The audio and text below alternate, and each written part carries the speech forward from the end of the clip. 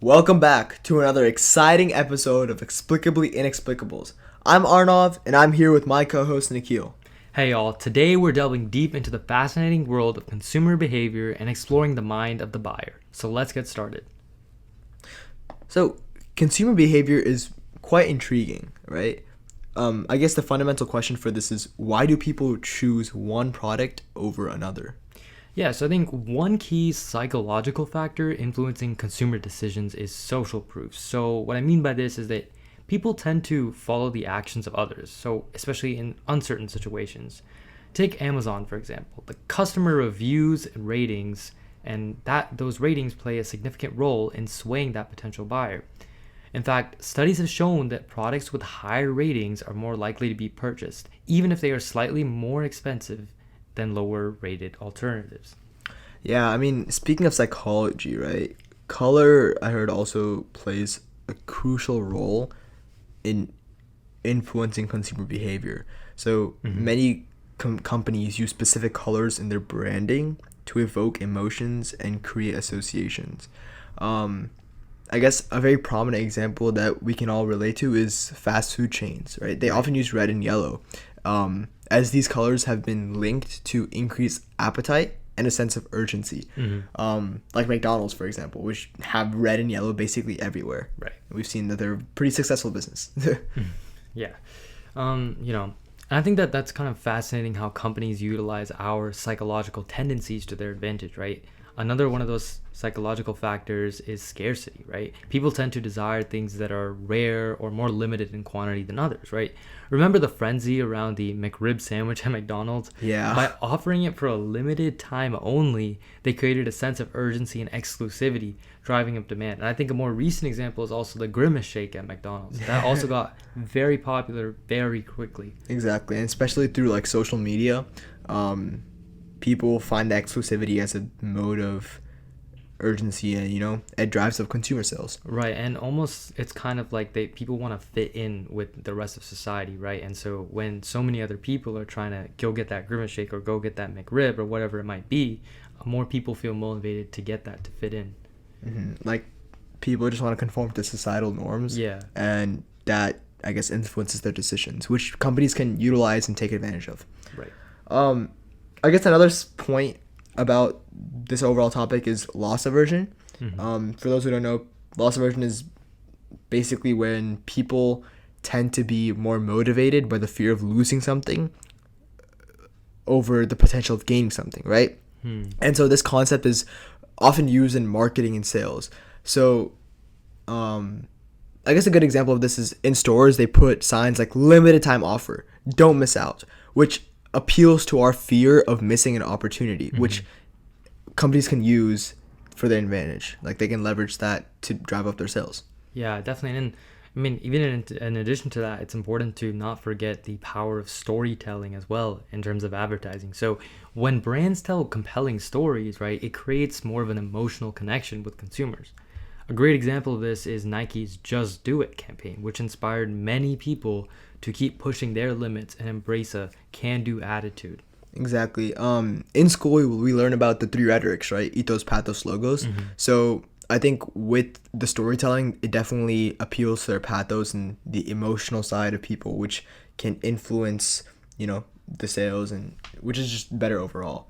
In terms of the example with Nike, with the Just Do It slogan, it was not only just a slogan, but it was a movement. It was like inspiring so many consumers. Like, they definitely know how to tap into our emotions. But I guess on the other hand, anchoring is a cognitive bias that influences how we perceive prices, right? So, for instance, if a store lists a high-priced item next to a more reasonably priced one, the more reasonably one seems like a better deal, even if it's not the best price on the market.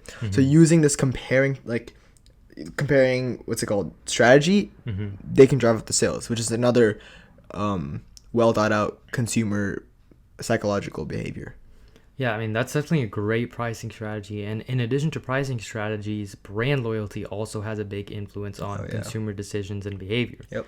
So once consumers form an emotional attachment to a brand, they tend to stick with it down the line, right? Often disregarding rational comparisons with other companies and their product offerings. So I think a great example of this is Apple, right? Their loyal fan base eagerly waits for each new product launch, regardless of the steep price tags or even just simply the need to get a new item, right? For example, the iPhone there's normally a new iPhone released every single year. But if you stop and think about it rationally, you don't need to get a new iPhone every year. Yet a lot of Apple consumers tend to do that simply because of brand loyalty to Apple. Exactly. I think Apple is a great example because I'm definitely guilty of this too, right? Yeah. If Apple releases a new phone the next year, even if Samsung or like any Android phone is more capable, cheaper, and just better overall, we still tend to go for the Apple. Obviously, there's many other factors on why people prefer Apple, but brand loyalty is definitely a more prominent one. Right. But I guess question is, how do businesses leverage these psychological factors to boost their sales? Like, I know they can always do this, but in terms of specifics. Yeah, no, definitely. That's a great question. I think that one way, and perhaps the most prominent way, is through personalized marketing using data analysis. So companies like Amazon and Netflix analyze user behavior and preferences to recommend products and content tailored to individual tastes, right? So for instance, when you browse through Amazon's websites, they provide you personalized product suggestions based on your past purchases as well as your search history on their Amazon browser or app. And so this approach kind of helps increase the chance of making a sale since the products are already aligned with, essentially what the consumer wants and is interested in.